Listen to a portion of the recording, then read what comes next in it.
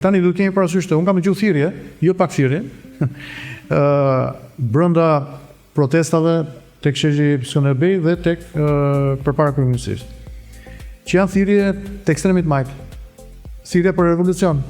Nuk është thirrje që vjen nga e djatha.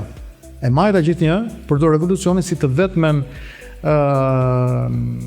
vetmin mekanizëm për të përmbysur një regjim të caktuar. E para, e dyta, Shqipëria e re, është një thirrje e vjetër, është një thirrje e vjetër e cila është përdorur nga komunistët më parë.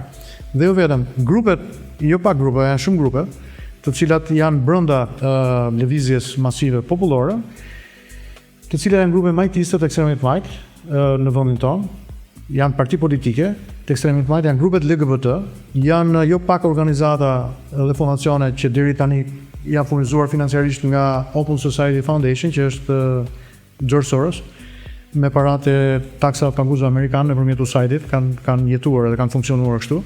Dhe nuk është aq e pa organizuar sa duket në një dimension. Tani, çfarë theni tani përballë kësaj?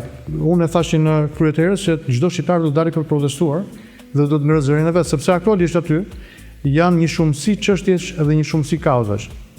Përpara se unë të protestoj për pelikanin kashurek, që nuk po dëgjohet më tani, dhe shumë mirë që nuk po dëgjohet, unë protestën time e bëj për fëmijët, për ligjin e Ministrisë së Shëndetësisë, urdhrin që i çon QSUT-s për kastrimin kimik të fëmijëve. Përpara se unë të ngrim dhe të protestoj për nuk e di se çfarë, për aeroportin, po e përdor si ose për një investim, i cili duhet dalim dritë dhe duhet kuptojmë se çfarë po ndodh realisht me këtë investim. Me qira fjala pas që kishte dalë projekti.